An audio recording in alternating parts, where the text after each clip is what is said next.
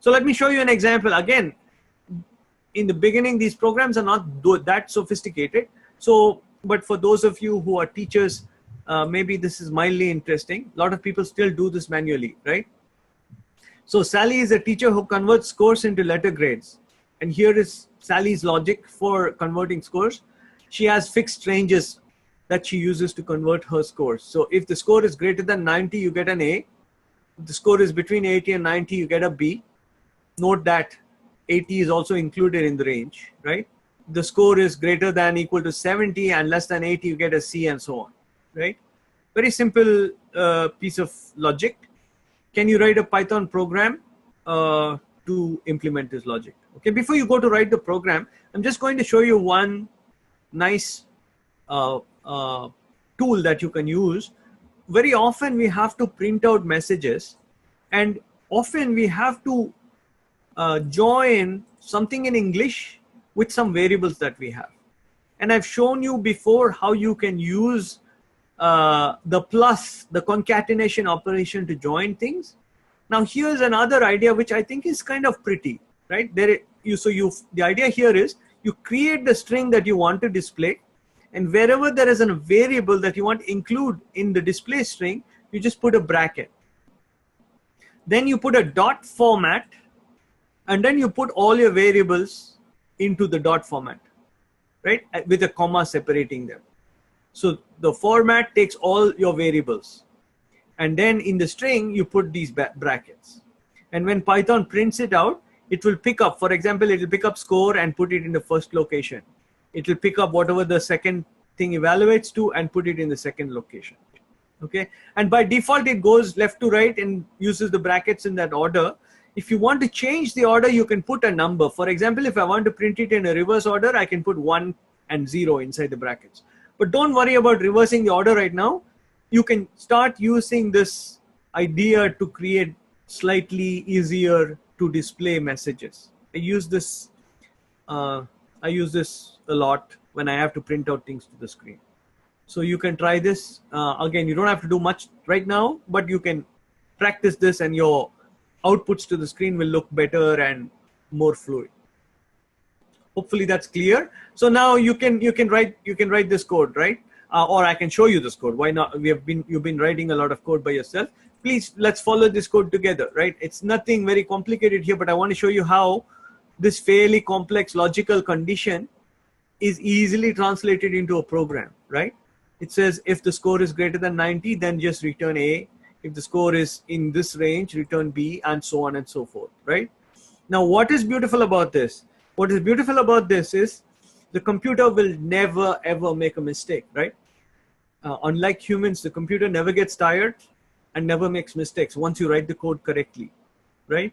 So this means that for a teacher, during their entire teaching career, they might have to do this hundreds and hundreds and hundreds of times. And for a program, once you write it, it can do it repeatedly without getting ever tired. Now, for this program to become more useful, we have to do a couple of other things. So I'm just going to highlight them now, but we can solve them as we go along. The first thing is right now it evaluates only one score. We have to know how to run a loop so we can loop through a list of scores for different students. And the last thing might be that you save the scores in some file. And so you have to get your program to read the file and convert the scores, right? So by slowly building functionality, suddenly we got an interesting program. The teacher will never have to worry about how to convert scores into grades. Right now I used a deterministic logical condition, but we can make it much more sophisticated and use statistical conditions. You can use a bell curve. You can do any kind of score to grade conversion routine that you want to do, right? So you see, suddenly we've gone from a theoretical discussion about logic to a very practical application. And this will keep happening as we go through this session. You can see now the important thing is for you to spot the opportunity in your life and in things that are interesting to you. Hey, I could write a program to do this, right? And as soon as you get the idea, I could write a program to do this, then we can figure out how do we write this program. I hope that makes sense. And like I said, in the beginning, I'm giving you problems that are mildly interesting. They're not earth-shattering, but just because I don't want to make the programs too hard to write in the beginning. That's all. please make any comments if you have. And I'm going to go, Manish, I think we have a poll, a quick poll. Okay. Hey, Vijay, if you can go back for a second. Yes, sure. Please. Thanks for asking. Yes. Yes, the string dot format. The first question is the dot format. It takes two arguments. How does it know it needs to put the answer between the two parentheses? Because those two parentheses are within the string. Yeah. So first of all, string dot format actually takes an arbitrary number. So let's just do this. I will not run this right now. Let's make our own string. Okay. So again, I want to show you how to work on this if I'm not there to work with you. Okay. So you take, as soon as we come up with a new construct, let's just do this. Let's take this. Let's get rid of all this stuff. Sorry, let me not even start with anything. Let me just get rid of all this stuff and just make a print statement first. Okay. Oops. Let's just make a simple print statement. And let's just put in two brackets first, right? And in those two brackets, let me do format.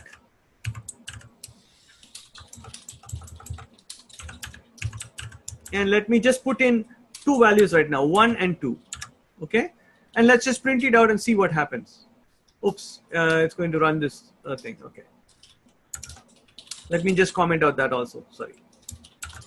Okay, so let me just run this again. So you see it printed 1 and 2, right? And for now, let me just call this A or something, the first value. You see, I can type this as I was making up a string. Yeah, comma, second value.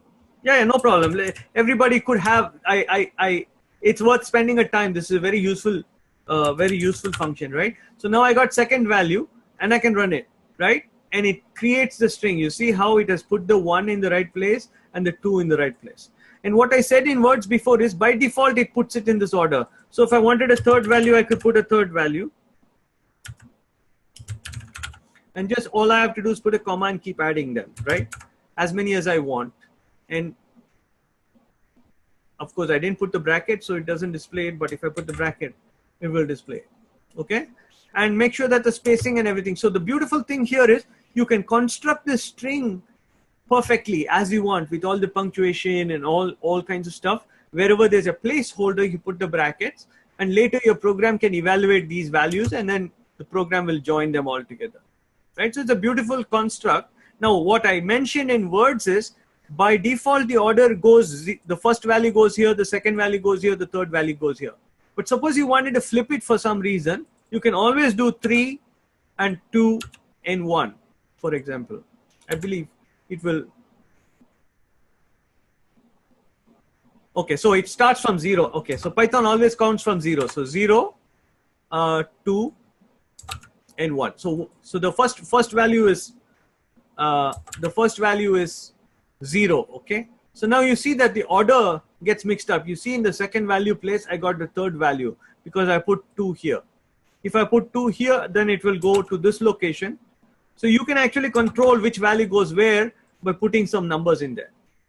But I would say to you, preferably we don't want to do that, right? I mean, try to put the parameters in the order that you want to use them.